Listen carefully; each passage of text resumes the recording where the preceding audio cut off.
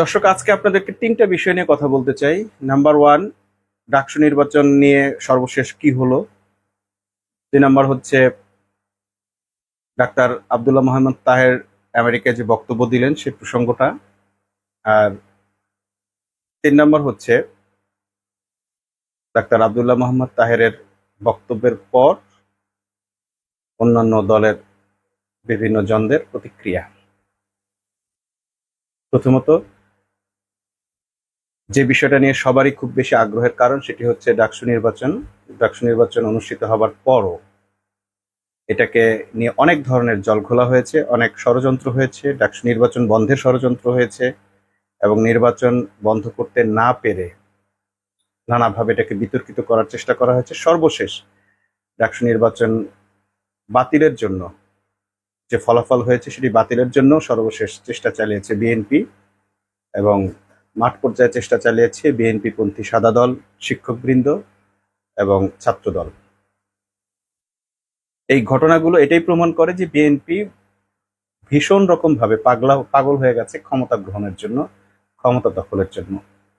একটি রাজনৈতিক দল তাদের অভীষ্ট লক্ষ্যই থাকবে ক্ষমতায় আসা, কিন্তু সেটি যেন তেন ভাবে আসার চেষ্টা করা বা জোর করে আসার চেষ্টা করা, এই জিনিসটা আসলে খুব খারাপ সাইন। কারণ হচ্ছে যে আমরা বিএনপির প্রত্যেকটা আচরণেই দেখতে পাচ্ছি যে তারা গত 15 বছর আন্দোলন সংগ্রাম করে যে পরিমাণ মজলুম হয়েছে, 5ই আগস্টের পর তাদের পুরো চিত্রটাই বদলে গেছে। তারা এখন পুরো জালেমের ভূমিকা পালন করছে। ইশরাক মেয়র হওয়ার জন্য যে নির্লজ্জ আচরণটা করেছে, বাংলাদেশের রাজনীতিতে এরকম নির্লজ্জ আচরণ মনে হয় খোদ আওয়ামী লীগও করে নেই। কোনো কিছুর তোয়াক্কা না করে হাইকোর্টকে ব্যবহার করে একটা ফরমায়েশি রায় নিয়ে সে নিজেকে মেয়র দাবি করে। যে নির্বাচন বাতিল করা হয়ে গেছে, যে নির্বাচন সে নিজে প্রত্যাখ্যান করেছে, যে নির্বাচন ত্রুটিপূর্ণ হওয়ার কারণে বাতিলও হয়ে গেছে, সেই নির্বাচনের ফলাফলের ভিত্তিতে আবার মেয়র ঘোষণা করা হয়েছে। মানে এর যে কি বলবো, অন্যায় রায় আর কোনোভাবে হতে পারে বলে এই বাংলাদেশের কোনো আইনজীবী বা বাংলাদেশের কোনো সাধারণ আইন বোদ্ধা মনে করতেন না। যাই হোক, এরপরেও সে গো ধরে দিনের পর দিন সিটি কর্পোরেশনের কাজ বন্ধ করে রেখে, অফিস বন্ধ করে রেখে, সিটি কর্পোরেশনের অফিস দখল করে নিজেকে মেয়র দাবি করে নানান কিছু করেছে। এরপর তাতে সে সফল না হয়ে আসিফ মাহমুদ সজীব ভুঁইয়াকে দায়ী করলেন। তারপর তার বিরুদ্ধে শুরু করলেন নানা ধরনের অপপ্রচার। মানুষকে ভাড়া করে, মহিলা ভাড়া করে, জজমিয়া নাটক টাইপের লোকদের ভাড়া করে নানা ধরনের কুৎসা এবং অপবাদ দিয়ে দিয়ে একটা পরিবেশ সৃষ্টি করলেন, যেটা শেষ পর্যন্ত আবার নেটিজেনদের কাছে ধরাও পড়ে গেল। বিএনপি যত নাটক করছে, যত কৌশল করছে, আবার তা মানুষের কাছে ধরাও পড়ে যাচ্ছে। কারণ এই যুগটা আসলে সেই যুগ, যে যুগে আসলে কাউকে খুব বেশি ফাঁকি দেওয়া যায় না। সকালে ভুল বোঝানো যায়, সে আবার বিকেলে তার ভুল ভাঙে, আবার সকালে সে আরেকটা জিনিস নিয়ে ভুল বোঝে, আবার বিকেলে তার ভুল ভাঙে। মানুষের এখন এই কনফিউশন এবং ভুল ভাঙা এর মধ্যে মানুষ আছে। তো তারই ধারাবাহিকতায় আমরা দেখলাম ডাকসুতেও তারা জোর জবরদস্তি করে একটা দখলদারিত্ব করার চেষ্টা করেছেন, কিন্তু সেটিতে সফল না হয়ে বিএনপি পন্থী সাদা দলের টিচাররা শেষ পর্যন্ত কিছু অনিয়ম নিজেরা করে এবং সেই অনিয়মের সাক্ষী নিজেরা দিয়ে শেষ পর্যন্ত ফলাফল বাতিলের জন্য দাবি তুলেছিলেন। কিন্তু শেষ পর্যন্ত যেটা হয়েছে, ঢাকা বিশ্ববিদ্যালয়ের মাননীয় ভাইস চ্যান্সেলর, এরপর শিক্ষক লিঙ্ক, টিচার্স লিঙ্ক এবং অন্যান্য পর্যবেক্ষক, তারা সকলে মিলে যে রায় দিয়েছেন, সিদ্ধান্ত দিয়েছেন এবং তারা জানিয়েছেন যে এখানে আসলে কিছু পদ্ধতিগত ত্রুটি ছাড়া অনিয়ম বা ভোট কারচুপির কোনো কিছুই ঘটেনি। ছাত্রদল এবং বাম দলগুলো যে দাবিটা বরাবর করেছিল সেটি হচ্ছে নীলক্ষেতে ব্যালট পেপার ছাপানো নিয়ে। ব্যালট পেপার যেখানেই ছাপানো হোক তাতে ফলাফলের কিছু যায় আসে না। অতএব ফলাফল বাতিল কিংবা নির্বাচন বাতিলের মতো কোনো ব্যাপার সেটা ছিল না। আর নীলক্ষেতে কেন ছাপিয়েছে, যেটি তারা ছাপিয়েছে এটি সেই ব্যক্তির সমস্যা, সে ব্যক্তি তার কৈফিয়ত দিয়েছেন এবং সেই কৈফিয়ত কতটা গ্রহণযোগ্য হবে কি হবে না সেটি নিয়ে ঢাকা বিশ্ববিদ্যালয়ের এই বিষয়ক আইন বিশেষজ্ঞদের সঙ্গে কথা বলেছেন ভাইস চ্যান্সেলর এবং অন্যান্যরা। মোটামুটি সংবাদ সম্মেলন করে ভাইস চ্যান্সেলর অত্যন্ত ঠান্ডা মাথায় সকল প্রশ্নের জবাব এমন ভাবে দিয়েছেন যে সাংবাদিকরা আর কোনো প্রশ্ন করারই সুযোগ পায়নি। লিখিত একটি বক্তব্য তিনি দেখে পড়েছেন এবং আবার সেটি তাদেরকে সরবরাহ করেছেন যাতে তার বক্তব্যকে কেউ বিকৃত করতে না পারে। যতগুলো অভিযোগ ছিল সবগুলো অভিযোগেরই তিনি সন্তোষজনক জবাব দিয়েছেন এবং মোটামুটি বিষয়টা অত্যন্ত সুন্দরভাবে মীমাংসা হয়ে গেছে এবং বলা চলে শত্রুর মুখে ছাই পড়েছে। দ্বিতীয় যে বিষয়টা ছিল সেটি হচ্ছে নিউ ইয়র্ক সফরে ওয়াশিংটনে ডাক্তার সৈয়দ আব্দুল্লাহ মোহাম্মদ তাহের জামাতের নায়েবে আমির একটি চমৎকার বক্তব্য দিয়েছেন। আসলে রাজনৈতিক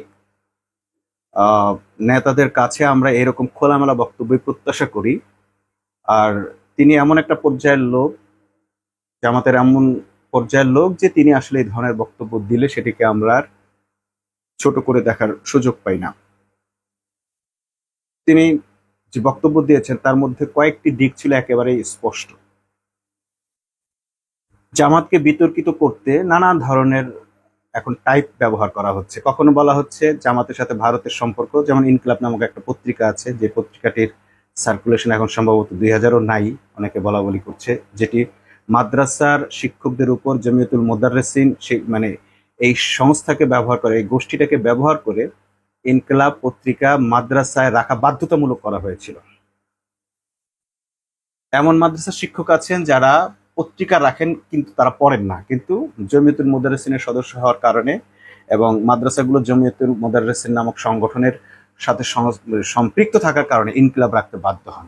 এটি করেছেন বাহাউদ্দিন এবং তার পিতার শক্তিকে কাজে লাগিয়ে, তার প্রভাবকে কাজে লাগিয়ে, মাদ্রাসার এই জমিয়তুল মোদাররেসিন নামক সংগঠনটাকে কাজে লাগিয়ে তিনি তার পত্রিকার জন্য এই কাজটি করেছেন। এটি একটি জঘন্য কাজ হয়েছে। একটি গণমাধ্যম কাউকে বাধ্য করা যে তাদের পত্রিকা রাখতেই হবে, এই ধরনের একটি বাধ্যবাধকতা আরোপ করেছিলেন। যাই হোক, এখন সম্ভবত সে বাধ্যবাধকতাও নেই। তার না থাকলেও মোটামুটি মাদ্রাসাগুলোতেই পত্রিকাটির সার্কুলেশন এখনো বেশি। তো সেই পত্রিকা প্রমাণ করার চেষ্টা করেছে ভারতের সঙ্গে জামাতের একটি সম্পর্ক আছে, তলে তলে সম্পর্ক আছে, এবং ভারত নিজেই আবার এটা চেষ্টা করেছেন যে ভারতের সঙ্গে জামাতের একটি সম্পর্ক আছে। এতে আসলে বোঝাই যায় যে আসলে তারা কি প্রমাণ করতে চায়। তারা দেখাতে চায় ভারতের সঙ্গে জামাতের সম্পর্ক আছে যাতে মানুষ জামাতকে প্রত্যাখ্যান করে। তো যে ভারত চায় বাংলাদেশকে মানুষ প্রত্যাখ্যান করুক, তো সে ভারতের সঙ্গে নিঃসন্দেহে জামাতের কোনো সম্পর্ক নাই, আর থাকলে নিঃসন্দেহে তারা এটা এভাবে প্রকাশ করতো না। যাই হোক, এটা একটা ব্যাপার। আরেকটা ব্যাপার হচ্ছে যে সব জল্পনা কল্পনার অবসান ঘটিয়ে ডাক্তার আব্দুল্লাহ মোহাম্মদ তাহের তার অবস্থানকে খুব সাদামাটা ভাবে সেদিন তুলে ধরেছেন, খুব সিরিয়াসলি মুডে নয়। সকলের সঙ্গে তিনি খুব উৎফুল্ল মেজাজে কথা বলেছেন, খোশ মেজাজে কথা বলেছিলেন। একটি গণসংবর্ধনায় আমেরিকায়, সেখানে ডাক্তার আব্দুল্লাহ মোহাম্মদ তাহেরকে যে সাংবাদিক রয়ের এজেন্ট বলেছিল তিনিও উপস্থিত ছিলেন, সাংবাদিক ইলিয়াস হোসেন উপস্থিত ছিলেন। সেই সমাবেশেই ডাক্তার আব্দুল্লাহ মোহাম্মদ তাহের ভারতের ব্যাপারে একটি তার অবস্থান, চমৎকার অবস্থান তিনি জানিয়েছেন, যেটি আসলে বাংলাদেশের মানুষের মনে ধরেছে। বরাবরই ভারতকে বড় প্রতিবেশী বলে, ভারতের অনেক বড় রাজ্য, হেন তেন হাবিজাবি অনেক কিছু বলে বাংলাদেশের মানুষকে থ্রেট করা হয়।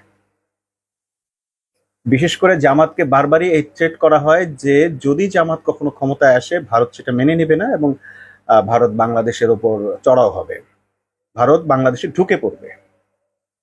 তো এই ভয়ভীতি যখন দেখানো হচ্ছে, জনগণ হয়তো যে ভারত ঢুকে পড়বে, যুদ্ধ লাগবে, এই কারণে জনগণ হয়তো সরে যেতে পারে। তো এই আশঙ্কা থেকে বা জনগণের ভিতরে এই ভীতি তৈরি করার জন্যই মূলত এই কাজটি করা হয়ে থাকে। ভারত নানাভাবে বাংলাদেশকে ভয়ভীতি দেখালেও মূলত ভারত নিজেই কিন্তু ভয়ের মধ্যে থাকে। কখন বাংলাদেশে তার অনুগত, তার দাসত্ব করবে এমন সরকারের বাইরে কোনো সরকার চলে আসে কিনা। তো সেটা কেন? কারণ হচ্ছে যে তারা জানে যে বাংলাদেশ যদি তাদের অনুগত সরকার না থাকে তাহলে তারা যে কোনো সময় চীন অথবা পাকিস্তানের সহযোগিতা পেতে পারে এবং চীন এবং পাকিস্তান বাংলাদেশের উপর দিয়ে ভারতের উপর যে কোনো আক্রমণ চালাইতে পারে বা চাপ প্রয়োগ করতে পারে। তো এবং বাংলাদেশ যদি আনরেস্ট হয় বা বাংলাদেশের সরকার যদি ভারতপন্থী না হয়, ভারতের কথা মতো না চলে, তাহলে ভারতের যে অঙ্গরাজ্যগুলো রয়েছে সেগুলো আনরেস্ট হবে, সেখানে আন্দোলন তৈরি হবে এবং তারাও বাংলাদেশের সাথে একাত্ম হয়ে ভারতের উপর চড়া হইতে পারে।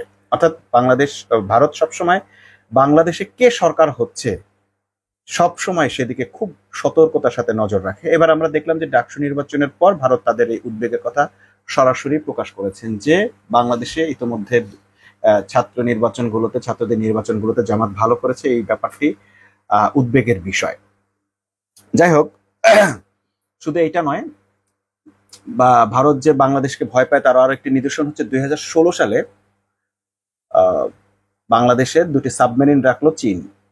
বঙ্গোপসাগরে দুটি সাবমেরিন রাখা হলো। সেই সাবমেরিন রাখার পর ভারতের টেনশন শুরু হয়ে গেল যে চীন এই সাবমেরিন বাংলাদেশে রেখেছে যাতে যে কোনো সময় ভারতের বিরুদ্ধে যুদ্ধ করা যায়, ভারতের বিরুদ্ধে ব্যবহার করা হবে বলে। তো এটা রাখার পর এই সাবমেরিন নিয়ে তেমন কথাবার্তা কারোই নেই। চীন রেখেছে, বাংলাদেশ অনুমতি দিয়েছে, চীন রেখে দিয়েছে।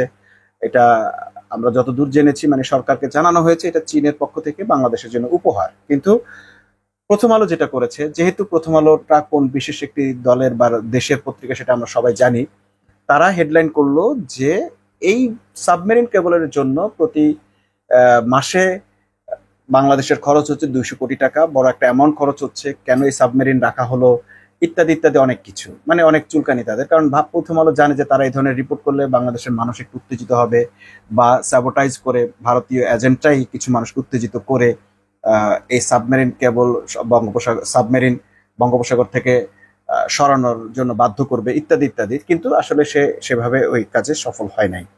কিন্তু যেটা হয়েছে সেটা হলো যে ওই ঘটনার পর, অর্থাৎ চীনের দুটো সাবমেরিন বঙ্গোপসাগরে রাখার পর বাংলাদেশের সঙ্গে আওয়ামী লীগের সঙ্গে, শেখ হাসিনার সঙ্গে ভারতের সম্পর্কটা কিছুটা ঢিলে ঢালা হয়ে গেল।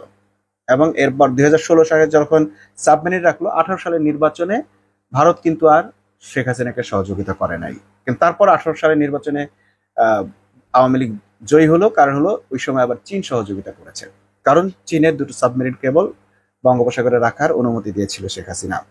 যাই হোক, তো এই যে প্রতিবেশী অন্যান্য দেশের কাছ থেকে যে বাংলাদেশ সহযোগিতা পায় বা পেতে পারে, বিশেষ করে চীন এবং পাকিস্তান সবসময় সহযোগিতা করবে ভারতের বিরুদ্ধে কিছু হলে, এটা ভারত খুব ভালো করে জানে। তো নিজেদের এই ভয় লুকিয়ে রাখার জন্য তারা সবসময় যেটা করে সেটা হচ্ছে যে বাংলাদেশের কিছু এজেন্ট দিয়ে, তাদের নিজেদের এজেন্ট দিয়ে, বাংলাদেশি এজেন্টদেরকে দিয়ে বাংলাদেশের মানুষকে একটু ভয় ভীতির মধ্যে রাখে যে ভারতের সঙ্গে সম্পর্ক খারাপ হলে আমাদের খাদ্য সংকট পড়বে, আমাদের এই সমস্যা হবে, ওই সমস্যা হবে, আমাদের চতুর্দিকে ভারত, 3 দিকে ভারত, একদিকে বঙ্গোপসাগর। অতএব ভারতের সঙ্গে যেন আমরা কোনো বাড়াবাড়িতে না যাই, ভারত যা বলে তাই আমরা মেনে নেই, ভারত আমাদের উপর যত নিপীড়ন চালাক, আমাদের যা কিছু নিয়ে যায়, যা মানে দ্বিপাক্ষিক নীতিগুলোকে একচেটে ভাবে তাদের পক্ষে নিয়ে যাক। অর্থাৎ ভারতের অর্থনৈতিক শোষণ, রাজনৈতিক শোষণ, যাই কিছু হোক না কেন, আমাদেরকে ভারতের এই দাদাগিরি মেনে নিতে হবে। কিন্তু এই জিনিসটা আওয়ামী লীগ এবং বিএনপি একটু হ্যাঁ না করে শেষ পর্যন্ত মেনেই নেয়। কিন্তু জামাত ইসলামী কখনো তাদের এই অন্যায় আচরণ মেনে নেবে না, আধিপত্য মেনে নেবে না, এটা ভারত খুব ভালো করে জানে। কারণ 1971 সালেও জামাত এই ভারতীয় আধিপত্যবাদের বিরুদ্ধে একা লড়াই করেছে, যার কারণে জামাত ইসলামীকে ভারত আজও পর্যন্ত মানুষের কাছে কালারিং করে রেখেছে, ভিলেন বানিয়ে রেখেছে। শুধুমাত্র ভারতীয় আধিপত্যবাদ বিরোধিতার কারণে জামাতকে আজ পর্যন্ত বাংলাদেশের মানুষের কাছে নানা ধরনের অপরাধের সাথে ট্যাগ করে এই কাজটি করেছে। এমনকি প্রত্যেকেই জানে যে এই যে জামাত নেতাদের ফাঁসি হয়েছে সেটিও সম্পূর্ণ ভারতের নির্দেশনায় হয়েছে, ভারতের প্ল্যানিং এ হয়েছে, এবং বাংলাদেশ সরকার বাধ্য হয়ে এই ফাঁসি দিয়েছেন। কারণ যে আইন, এই আইনে আসলে এরকম ভাবে কখনো ফাঁসি হতে পারে না। যে নেতাদেরকে ফাঁসি দেওয়া হয়েছে তাদের বিরুদ্ধে অতীতেও কোনো মামলা ছিল না। শেখ মুজিবের সময় যে মামলাগুলো হয়েছিল, যে বিচারগুলো হয়েছিল, তাতেও এরা কেউ আসামি ছিল না। কিন্তু শুধুমাত্র ভারতকে খুশি করার জন্য, ভারতের আনুগত্য রক্ষা করার জন্য শেখ হাসিনা শেষ পর্যন্ত এই বিচারগুলো, এই বিচারিক হত্যাগুলো সে করতে বাধ্য হয়েছে। সো এটা খুব সহজ করে বলা যায় যে ভারতের পক্ষের সরকারই সবসময় বাংলাদেশে আসে, ভারতের কথা মতো চলতে বাধ্য হয়। এবং আমরা দেখলাম যে 5ই আগস্টের পর যারা এতদিন ভিন্ন সুরে কথা বলেছে, সেই বিএনপি আবার ঠিক আওয়ামী লীগের ভাষায় সেই ভারতীয় বয়ানে স্লোগান দেওয়া শুরু করেছে। তাহলে এখন ভারতের একমাত্র শত্রু হচ্ছে বাংলাদেশ জামাত ইসলামী। তাদেরকে প্রতিহত করার মতো অবস্থা তাদের নেই। যদি জামাত ইসলামী ক্ষমতায় আসে, তারা স্পষ্ট জেনেছে এটি তাদের উদ্বেগের বিষয়। এর পরিপ্রেক্ষিতে ভারতের কিছু এজেন্ট বাংলাদেশে রাজনীতিবিদদেরকে জনমনে এই আতঙ্ক সৃষ্টি করার চেষ্টা করছে যে যদি জামাত ইসলামী ক্ষমতায় আসে তাহলে ভারত কিন্তু তোমাদের সাথে যুদ্ধ শুরু করবে, তোমরা কিন্তু পারবা না। এই আশঙ্কাকে খুব হাসি মুখে, খুব প্রাণোচ্ছল ভাবে, খুব ফ্রাঙ্কলি স্পষ্ট করে দিলেন ডাক্তার আব্দুল্লাহ মোহাম্মদ তাহের। তিনি বললেন যদি ভারত ঢুকে পারে ঢুকে পড়ুক, আলহামদুলিল্লাহ। ঠিক ঠিক এভাবে বলেছেন, আলহামদুলিল্লাহ ভারত বাংলাদেশে ঢুকুক। আমাদের 50 লক্ষ যুবক প্রস্তুত আছেন ভারতের বিরুদ্ধে যুদ্ধ করার জন্য। আরো কি প্রস্তুতির কথা তিনি সেটা খোলামেলা করেন নাই, কারণ আমরা জানি যদি বাংলাদেশের কখনো এরকম পরিস্থিতি হয় ভারতের সঙ্গে, তাহলে বাংলাদেশের পাশে ভারতের চেয়ে 3 গুণ শক্তিশালী রাষ্ট্র আছে যারা সহসা এসে দাঁড়াবে এবং স্বেচ্ছায় এসে দাঁড়াবে।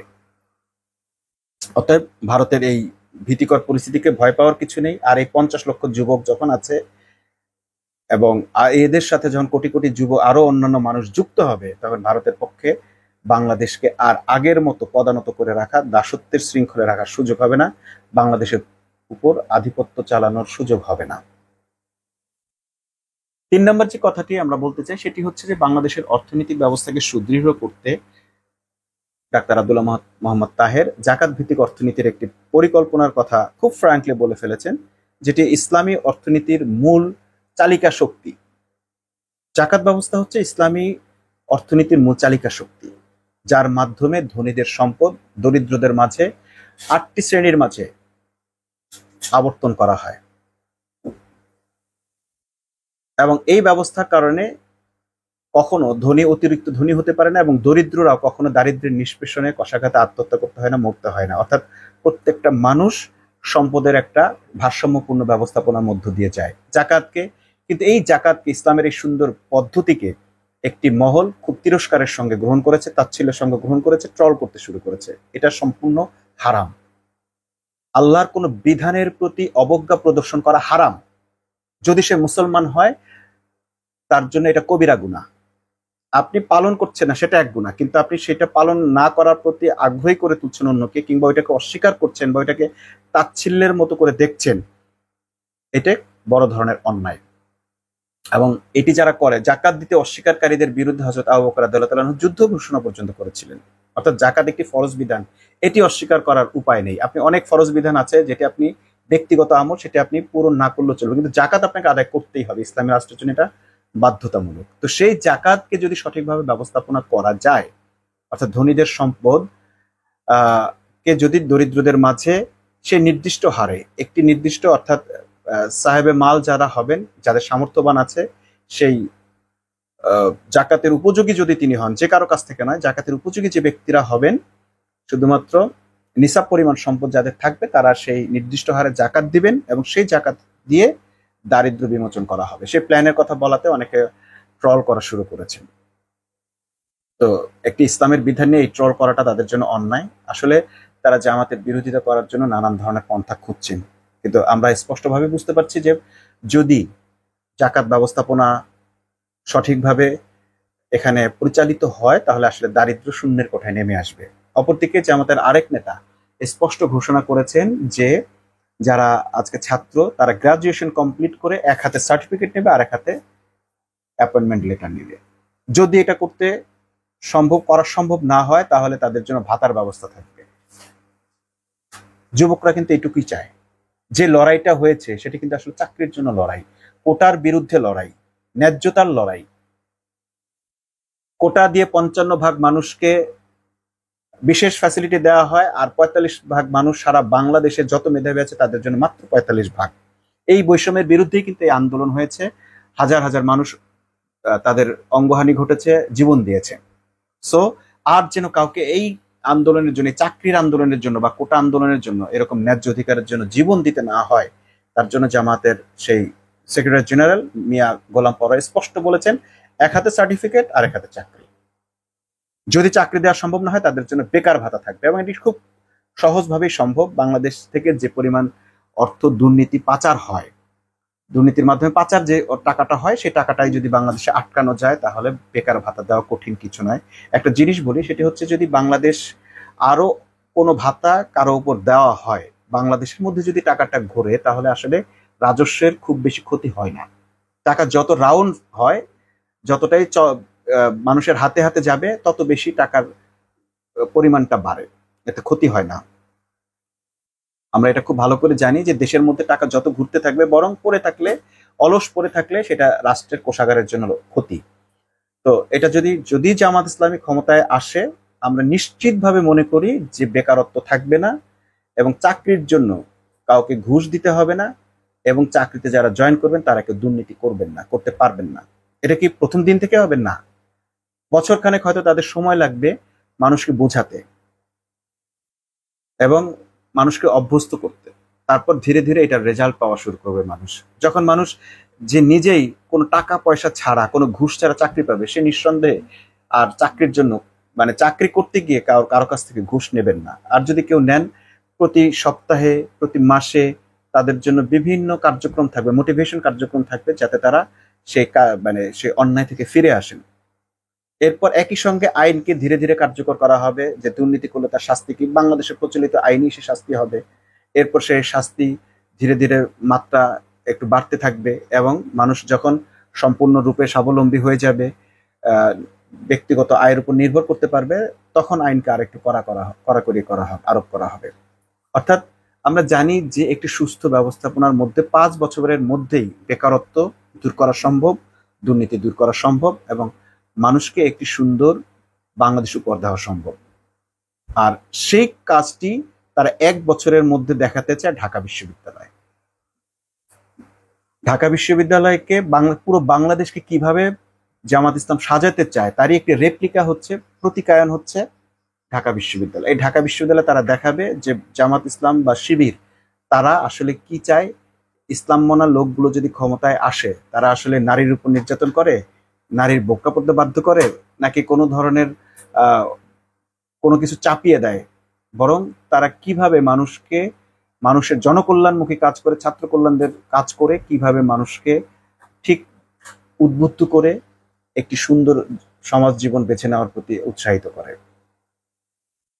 সেই দৃশ্যগুলো, সেই প্রমাণগুলো ঢাকা বিশ্ববিদ্যালয়ে তারা উপস্থাপন করেই সাধারণ মানুষকে এই মেসেজটা দিতে চায় যে আমরা এরকমই একটি সুন্দর বাংলাদেশ গড়ে তুলব। ইতিমধ্যে আমরা ঢাকা বিশ্ববিদ্যালয়ে দেখলাম যে ছাত্ররা তাদের বড় বড় যে দাবিগুলো ছিল সেগুলো পেয়ে যাচ্ছে। ডাইনিং এর খাবারের মান ভালো হচ্ছে, ক্যাফেটেরিয়ার খাবারের মান ভালো হচ্ছে।